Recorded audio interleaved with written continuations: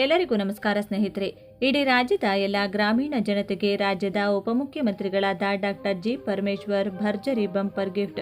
ಈಗಾಗಲೇ ಕೃಷಿ ಜಮೀನುಗಳಲ್ಲಿ ನೋಟರಿ ಮೂಲಕ ಈ ಸ್ಟ್ಯಾಂಪ್ಗಳಲ್ಲಿ ಫ್ಲಾಟ್ಗಳನ್ನು ಪಡೆದು ಮನೆ ನಿರ್ಮಿಸಿಕೊಂಡಿದ್ದು, ಇನ್ನೂ ಕೂಡ ಗ್ರಾಮ ಪಂಚಾಯಿತಿಯಲ್ಲಿ ಈ ಖಾತಾ ಮಾಡಿಕೊಳ್ಳದೇ ಇದ್ದವರಿಗೆ ಅಥವಾ ಈ ಖಾತಾ ಈಗಾಗಲೇ ಮಾಡಿಸಿಕೊಂಡವರಿಗೆ ರಾಜ್ಯದ ಉಪಮುಖ್ಯಮಂತ್ರಿಗಳಾದ ಡಿಸಿಎಂ ಡಾಕ್ಟರ್ ಜಿ ಪರಮೇಶ್ವರ್ ಅವರು ಸಿಹಿ ಸುದ್ದಿಯನ್ನು ನೀಡಿದ್ದಾರೆ. ಹಳ್ಳಿಗಳಲ್ಲಿ ಕೃಷಿ ಜಮೀನುಗಳಲ್ಲಿ ಊರಿಗೆ ಅಂಟಿಕೊಂಡಿರುವ ಜಮೀನುಗಳಲ್ಲಿ ಜಮೀನಿನ ಮಾಲೀಕರು ಫ್ಲಾಟ್ಗಳನ್ನು ಹಾಕಿ ಮಾರಾಟ ಮಾಡಿರುತ್ತಾರೆ.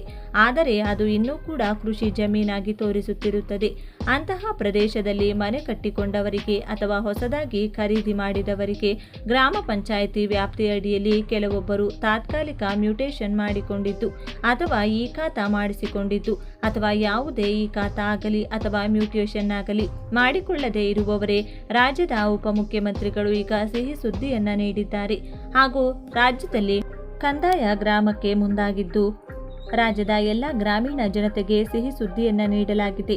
ಬನ್ನಿ, ಇಷ್ಟಕ್ಕೂ ನೀವು ಕೂಡ ಹಳ್ಳಿಯಲ್ಲಿ ಫ್ಲಾಟ್ ಅಥವಾ ಮನೆ ಹೊಂದಿದ್ರೆ ಅಥವಾ ಹೊಸದಾಗಿ ಹಳ್ಳಿಯಲ್ಲಿ ಕೃಷಿ ಜಮೀನಿನಲ್ಲಿ ಹೊಸ ಫ್ಲಾಟ್ ಅಥವಾ ನಿವೇಶನ ಖರೀದಿ ಮಾಡಿದ್ರೆ ರಾಜ್ಯ ಸರ್ಕಾರದಿಂದ ನೀಡಿರುವ ಸಿಹಿ ಸುದ್ದಿಯಾದರೂ ಏನು ಎನ್ನುವ ಬಗ್ಗೆ ಕಂಪ್ಲೀಟ್ ಆಗಿ ತಿಳಿದುಕೊಳ್ಳಲು ತಪ್ಪದೇ ವಿಡಿಯೋವನ್ನ ಕೊನೆವರೆಗೂ ನೋಡಿ.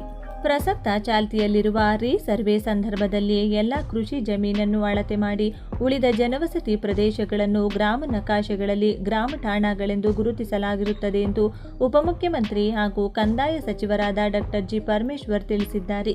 ಅವರು ಇಂದು ವಿಧಾನ ಪರಿಷತ್ ಸದಸ್ಯ ಎಂಎಲ್ ಅನಿಲ್ ಕುಮಾರ್ ಅವರ ಸರ್ವೆ ಸಮಯದಲ್ಲಿ ಎಲ್ಲ ಗ್ರಾಮಗಳ ಗ್ರಾಮ ಠಾಣಗಳನ್ನು ನಿಗದಿಪಡಿಸಲಾಗಿರುತ್ತದೆ ಎಂಬ ಪ್ರಶ್ನೆಗೆ ಸದನದಲ್ಲಿ ಉತ್ತರಿಸಿ ಮಾತನಾಡುತ್ತಿದ್ದರು.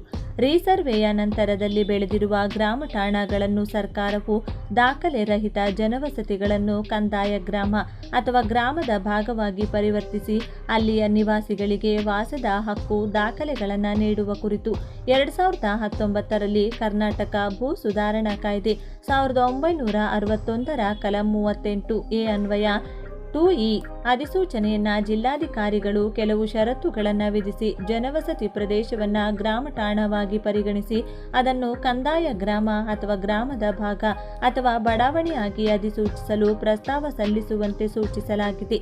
ಅಧಿಸೂಚನೆಯಾದ ನಂತರದಲ್ಲಿ ಸದರಿ ಅಧಿಸೂಚನೆ ಆಧರಿಸಿ ಭೂಮಾಪನ ಇಲಾಖೆಯ ವತಿಯಿಂದ ಮುಂದಿನ ಅಗತ್ಯ ಕ್ರಮ ಕೈಗೊಳ್ಳಲಾಗುತ್ತದೆ ಎಂದರು. 2020ರಲ್ಲಿ ಕೇಂದ್ರ ಸರ್ಕಾರದಿಂದ ಗ್ರಾಮೀಣ ಜನವಸತಿ ಪ್ರದೇಶಗಳಿಗೆ ಡ್ರೋನ್ ಆಧಾರಿತ ಸರ್ವೆ ಮೂಲಕ ಹಕ್ಕು ದಾಖಲೆಗಳನ್ನು ಸಿದ್ಧಪಡಿಸಿ ವಿತರಿಸುವ ಸ್ವಾಮಿತ್ವ ಯೋಜನೆಯನ್ನು ಜಾರಿಗೊಳಿಸಲಾಗಿದ್ದು, ಅದರಂತೆ ಜನವಸತಿ ಪ್ರದೇಶದ ಎಲ್ಲ ಆಸ್ತಿಗಳಿಗೆ ಹಕ್ಕು ದಾಖಲೆಗಳನ್ನು ಸಿದ್ಧಪಡಿಸಿ ವಿತರಿಸಲಾಗುತ್ತಿದೆ ಎಂದವರು ಮಾಹಿತಿ ನೀಡಿದರು. ಈಗಾಗಲೇ ಅಳತೆಯಾಗಿ ಸರ್ವೆ ನಂಬರ್ಗಳನ್ನು ನೀಡಲಾದ ಪ್ರದೇಶವನ್ನು ಗ್ರಾಮ ಠಾಣಾ ಎಂದು ಪರಿವರ್ತಿಸಲು ಭೂ ಕಂದಾಯ ಅಧಿನಿಯಮದಲ್ಲಿ ಅವಕಾಶ ಇರುವುದಿಲ್ಲ. ಸರ್ವೆ ನಂಬರ್ಗಳನ್ನು ನೀಡಲಾದ ಗ್ರಾಮ ಠಾಣಕ್ಕೆ ಹೊಂದಿಕೊಂಡಿರುವ ಪ್ರದೇಶದಲ್ಲಿ ಮನೆಗಳಿದ್ದರೂ ಅವುಗಳ ಬಳಕೆ ಬದಲಾಗುವುದಿಲ್ಲ. ಗ್ರಾಮ ಠಾಣಾ ವಿಸ್ತರಣೆ ಮೂಲಕ ಭೂ ಪರಿವರ್ತನೆಯಾಗದ ಹೊರತು ಭೂ ಬಳಕೆ ಬದಲಾವಣೆಗೆ ಕಾನೂನಿನನ್ವಯ ಯಾವುದೇ ವಿನಾಯಿತಿ ದೊರೆಯುವುದಿಲ್ಲ ಎಂದು ತಿಳಿಸಿದರು. ಗ್ರಾಮ ಠಾಣಾಗಳನ್ನು ಎಷ್ಟು ವರ್ಷಗಳಿಗೊಮ್ಮೆ ನಿಗದಿಪಡಿಸಬೇಕು ಎಂಬ ನಿರ್ದಿಷ್ಟ ಕಾಲಾವಧಿಯನ್ನು ಕರ್ನಾಟಕ ಭೂ ಕಂದಾಯ ಅಧಿನಿಯಮ ನಿಯಮಗಳು ಅಥವಾ ಸರ್ಕಾರದ ಆದೇಶಗಳಲ್ಲಿ ನಿಗದಿಪಡಿಸಿರುವುದಿಲ್ಲ. ಕರ್ನಾಟಕ ಭೂ ಕಂದಾಯ ಅಧಿನಿಯಮ 1964ರ ಕಲಂ 115ರನ್ವಯ ಸರ್ವೆ ಗ್ಯಾರಂಟಿ ಅವಧಿ 30 ವರ್ಷವಾಗಿದ್ದು, ಪ್ರತಿ ಸರ್ವೆ ಸೆಟಲ್ಮೆಂಟ್ ಕಾರ್ಯ ಪೂರ್ಣಗೊಂಡ ನಂತರ ಅದರಂತೆ ಗ್ರಾಮ ನಕಾಶೆಯನ್ನು ಕಾಲೋಚಿತಗೊಳಿಸಬೇಕಾಗಿರುತ್ತದೆ. ಮರು ಭೂಮಾಪನ ಕಾರ್ಯವು ಕೈಗೊಳ್ಳದೇ ಇದ್ದಲ್ಲಿ ಕರ್ನಾಟಕ ಭೂ ಕಂದಾಯ ಅಧಿನಿಯಮ 1964ರ ಕಲಂ 126ರನ್ವಯ ಈ ಹಿಂದಿನ ಸೆಟಲ್ಮೆಂಟ್ ಜಾರಿಯಲ್ಲಿರುತ್ತದೆ ಎಂದರು. ಗ್ರಾಮ ನಕಾಶೆಗಳನ್ನು ನಿರ್ದಿಷ್ಟ ಸಂಖ್ಯೆಯ ವರ್ಷಗಳಿಗೊಮ್ಮೆ ಕಡ್ಡಾಯವಾಗಿ ಇಂಡೀಕರಿಸಬೇಕೆಂಬ ಬಗ್ಗೆ ಯಾವುದೇ ಕಾಲಮಿತಿ ನಿಗದಿಪಡಿಸಿರುವುದಿಲ್ಲ. ಗ್ರಾಮ ನಕಾಶೆಗಳನ್ನು ಪ್ರತಿ ಸರ್ವೆ ಅಥವಾ ಸರ್ವೆ ಸೆಟಲ್ಮೆಂಟ್ ಕಾರ್ಯ ಪೂರ್ಣಗೊಂಡ ನಂತರ ಕಾಲೋಚಿತಗೊಳಿಸಲಾಗುತ್ತದೆ. ಸರ್ವೆ, ರೀಸರ್ವೆ ಅಥವಾ ರೀಕ್ಲಾಸಿಫಿಕೇಶನ್ ಕಾಲಕ್ಕೆ ಗಡಿ ಬದಲಾವಣೆ ಹಾಗೂ ಇತರೆ ದಾಖಲೆಗಳ ಆಧಾರದ ಮೇಲೆ ನಕಾಶೆಗಳನ್ನು ಪರಿಷ್ಕರಿಸುವ ವ್ಯವಸ್ಥೆ ಜಾರಿಯಲ್ಲಿರುತ್ತದೆ. ಪ್ರಸಕ್ತ ರಾಜ್ಯದಲ್ಲಿ ರೀಸರ್ವೆ ಅಥವಾ ಕ್ಲಾಸಿಫಿಕೇಶನ್ ಅವಧಿಯಲ್ಲಿ ಕಾಲೋಚಿತಗೊಳಿಸಲ್ಪಟ್ಟ ನಕಾಶೆಗಳು ಚಾಲ್ತಿಯಲ್ಲಿದ್ದು, ಅಧೀನ ಕಚೇರಿಗಳಿಂದ ಸೂಕ್ತ ಪ್ರಸ್ತಾವ ಸ್ವೀಕೃತವಾದಲ್ಲಿ ಪರಿಶೀಲಿಸಿ ಕಾಲೋಚಿತ ಗ್ರಾಮ ನಕಾಶೆಗಳನ್ನು ಮರುಮುದ್ರಿಸಿಕೊಡಲಾಗುತ್ತದೆ ಎಂದು ತಿಳಿಸಿದರು. ಸರ್ವೆ ಗ್ಯಾರಂಟಿ ಅವಧಿಯ 30 ವರ್ಷ ಮುಕ್ತಾಯವಾದ ತರುವಾಯ ಭೂಮಿಯ ಮೇಲೆ ಆಗಿರುವ ಎಲ್ಲ ಭೌಗೋಳಿಕ ಬದಲಾವಣೆಗಳನ್ನೊಳಗೊಂಡಂತೆ ರಾಜ್ಯದ ಎಲ್ಲ ಗ್ರಾಮಗಳನ್ನು ಮರು ಭೂಮಾಪನಕ್ಕೊಳಪಡದೇ ಇರುವುದರಿಂದ ನಕಾಶೆಯಲ್ಲಿ ಕಾಲೋಚಿತಗೊಳಿಸಲು ಸಾಧ್ಯವಾಗುತ್ತಿರುವುದಿಲ್ಲ. ಈ ಬಗ್ಗೆ ಕೇಂದ್ರ ಸರ್ಕಾರದ ಸಹಭಾಗಿತ್ವದ ಪ್ರಮುಖ ಯೋಜನೆಯಾದ ಸ್ವಾಮಿತ್ವ ಯೋಜನೆ ಮೂಲಕ ರಾಜ್ಯದ ಪ್ರತಿ ಗ್ರಾಮ ಠಾಣಾ ಆಸ್ತಿಗಳನ್ನು ಆಧುನಿಕ ಉಪಕರಣ ಬಳಸಿ ಕಂದಾಯ ಇಲಾಖೆ ಅಥವಾ ಪಂಚಾಯತ್ ರಾಜ್ ಇಲಾಖೆ ಸಹಕಾರದೊಂದಿಗೆ ಕಾಲೋಚಿತಗೊಳಿಸುವ ಕಾರ್ಯ ಚಾಲ್ತಿಯಲ್ಲಿದೆ.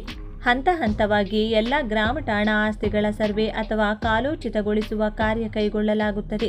ಅದರಂತೆ ಸ್ವಾಮಿತ್ವ ಯೋಜನೆಯಡಿ ರಾಜ್ಯದಲ್ಲಿ ಗ್ರಾಮ ಠಾಣಾ ಆಸ್ತಿಗಳ ಅಳತೆ ಮತ್ತು ನಕ್ಷೆ ತಯಾರಿಸುವ ಕಾರ್ಯ ಪ್ರಗತಿಯಲ್ಲಿರುತ್ತದೆ ಎಂದರು.